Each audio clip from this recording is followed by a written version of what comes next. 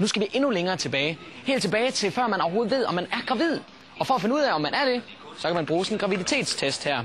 Og tro det eller ej, men også her er der penge at spare. Kom flyvende med storken til dette gudsforladte sted.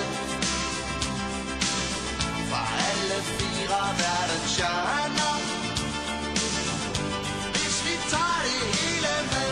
Umiddelbart så har jeg jo masser af børn i huset. Ja, men vi har stadigvæk et ønske om at få 1 eller 2 mere, hvis det kunne lade sig gøre. Ja. Men det kan det ikke helt, eller hvad? Det har i hvert fald været lidt problematisk siden af, at vi fik nummer 2 på grund af noget svangerskabsforgiftning, som havde rykket lidt rundt på mine hormoner. Og derfor så gik vi i gang med at prøve de der ægløsningstest for at se, om vi ikke selv kunne få styr på de dage, hvor det nu lige var den dag, hvor vi kunne blive befrugtet. I starten der brugte jeg jo så de her klar besked ægløsningstest, som er sådan en pen, man drypper ned i urinen, og så viser den svaret efter 1 minut. Og det er jo smart, man skal jo ikke røre ved noget andet end selve pinden.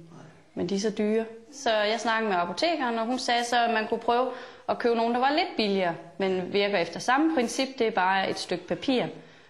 Hvad mener du forskellen på stik, som jeg kalder den her strimmel, er?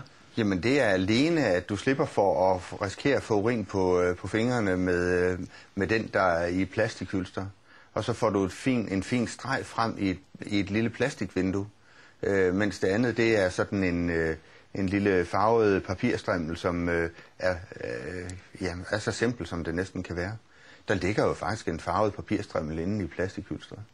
Så snakkede jeg lidt med nogle af mine veninder og kollegaer og sådan rundt om på sygehusene, fordi jeg arbejder på sygehus. Og så sagde de, du går ind på en hjemmeside, der hedder www.babymirakel, og det lød jo meget sødt. Og så tænkte jeg kan da gå ind og kigge. Og det gjorde jeg så. Og der var jo lige hjælpen for os. Og der kunne man købe strimlerne, et testsæt med 5 for 65 kroner.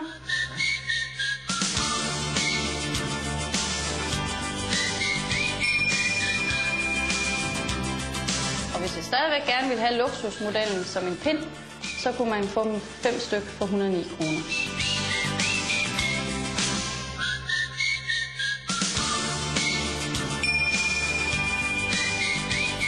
Det er ikke helt samme mærke, man køber på nettet. Kunne du mærke nogen forskel på det? Overhovedet ikke.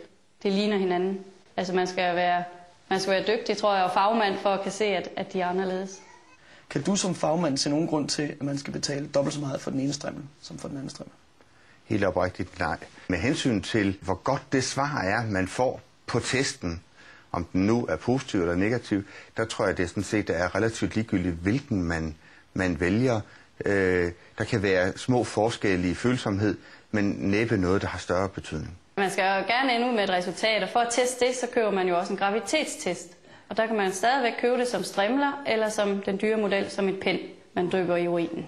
Og på apoteket koster strimmelmodellen 67 kroner, og hvis vi køber den på Babymirakel, så koster den 28 kroner.